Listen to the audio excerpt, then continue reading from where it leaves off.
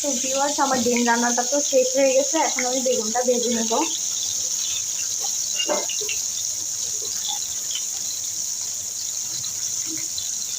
বেগুন আগে থেকে হলুদ, মরিচ, লবণ দিয়ে মেখে রাখছিলাম। সামান্য একটু চিনি দিচ্ছি। চিনি দিলে তেল কম লাগে এবং আর বেগুনের টেস্ট হয় অনেক।